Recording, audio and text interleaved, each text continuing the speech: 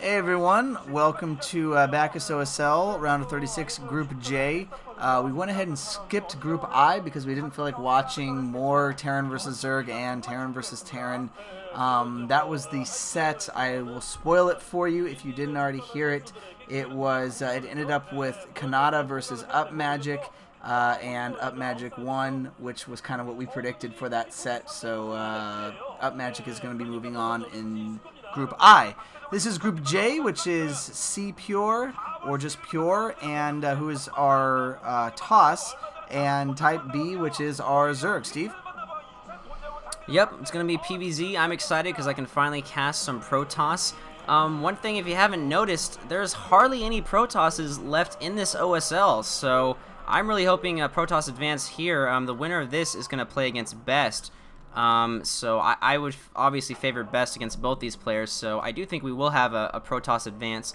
It looks like Pure is going to be red in the bottom left, and that leaves Type B, and I guess it's white down there in the bottom right, and this is of course going to be Holy World. Yep, the usual Holy World, and I'm excited about seeing a Protoss game on Holy World.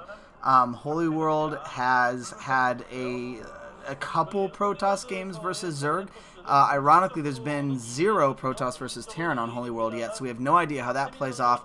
The Protoss versus Zerg has been 2-2, so it's complete 50% once again, not including this game. So, you know, not really any advantage there. Obviously, there's not really enough to be played to have any sort of advantage right now. So, Steve, I'm going to rely on more for the Protoss builds. That is his race of choice, mine being Zerg as well. And, Steve, is there anything peculiar with a probe going out early like that? Nope, that's just going to be the first pylon out, probably for a fast expand, pylon on 8, and he's going to send that probe out to go scout out his opponent and see what he's doing. And I do want to mention, again, as I was talking about the races, hey, I want a hot dog. More hey white people again. It's amazing. And that guy's like, oh, gosh, I'm not with him. I'm so not with Who this is guy. this guy? Followed me. Looks like we are going to see a 9 pull, actually.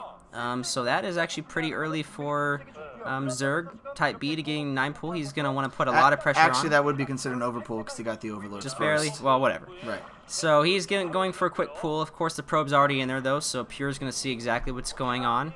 And I did want to mention just the players that have made it out so far that are going to go on to the round of 16 of the OSL, just to show how few Protosses there are. The only Protoss that's made it out so far is Backho. We have Lita, Zero, Gogo, Quasin, Effort, and a little bit of a spoiler, but Yellow made it out of his group, and Up Magic, like he just said, I guess Up Magic made it out of his group. So it's all Terran and Zerg. That's it. Terrans and Zergs, with Backho being an exception. So I'm really rooting for some more Protosses to get in there to make it more interesting. Right, and I'm rooting for Backho just in general because he's got a name with Ho in it, which is just awesome.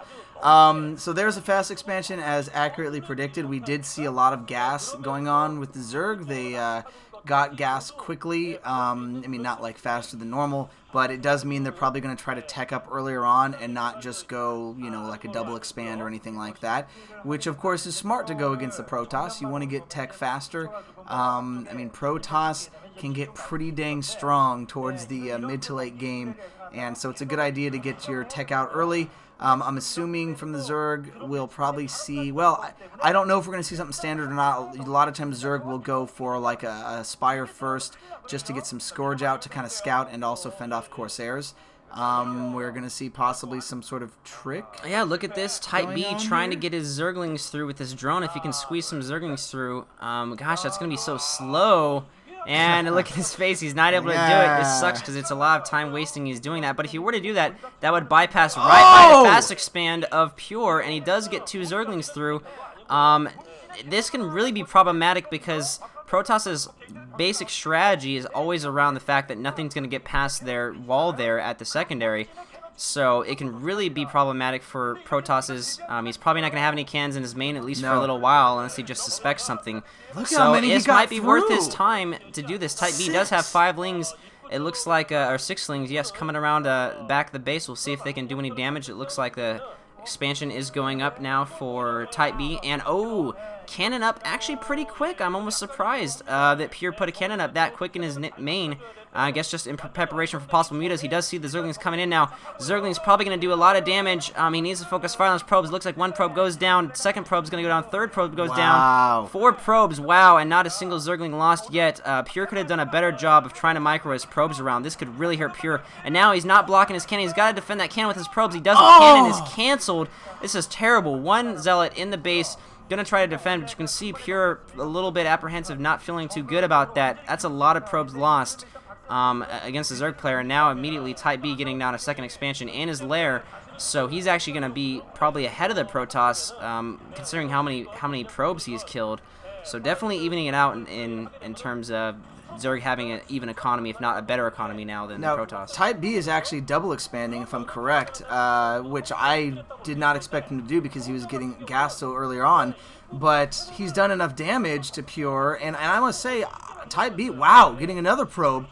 I'm pretty impressed. I mean, Type B is not the greatest player, and I'm impressed with this play. This is obviously something he's practiced, and I mean, he was able to trick the Zerglings, 6 Zerglings in the course of maybe about 30 seconds, which, I mean, just completely caught Pure off guard. So Type B, a double expand, going to get the economic advantage big time over Pure here. So if this does go into the mid-game, which it should, we are going to see Zerg come out very, very strong. With, you know, he has the ability to do like a 3-hatch build if he wants to, or even go into the wonderful Sauron Zerg we see so much of. And great job, Type B, only losing 1 drone there, I believe. Yeah, Type B did a better job with his drone micro as opposed to Pure's kind of failed probe micro there. I think it was a good idea of Pure sending that Zealot in. He might even want to send another 1 or 2, just because Type B has double expanded. He's going to be building a lot of drones probably for a little while, so I do think a quick, you know, Zealot attack would help Pure, but obviously Pure's timing is going to be thrown a little bit back because of this, and it looks like we do see the Spire going up, so probably going to be some 3-hatch mutas coming out pretty quick. Good surround on that Zealot, almost takes it out. Again, it's going to probably play out pretty standard from here, but Pure is just not going to have the minerals that he normally would have had to build those Zealots, you know, to upgrade his +1 attack, which we see hasn't upgraded yet. Citadel going down actually a little bit later. Usually you see Citadel pretty quick after the Stargate, but that's not going to hurt him too much, except he is going to have speed a little slower on his Zealot, so his push might be, again, a little delayed, and that's just giving the Zerg player more time. Yeah, I think in his position, Pure needs to try to, if possible, maybe if he goes for shuttle first and DTs and can get like a DT drop in, something to harass the economy. Type B does have 3 bases, meaning it is a lot more difficult to defend. I'm not expecting him to go for Mutalisks. I mean, if he is, then we'll be able to defend his bases easier. But I mean, if we see a Corsair DT build with the spread out bases, it doesn't look like he is going for Mutalisk. We do see the Corsair out there. If we do see a Corsair DT build, that might be the answer to this, and being able to drop in some DTs and then take out some Overlords with the Corsairs. But once again, Pure is behind on this, so he is kind of playing catch up at this time, and has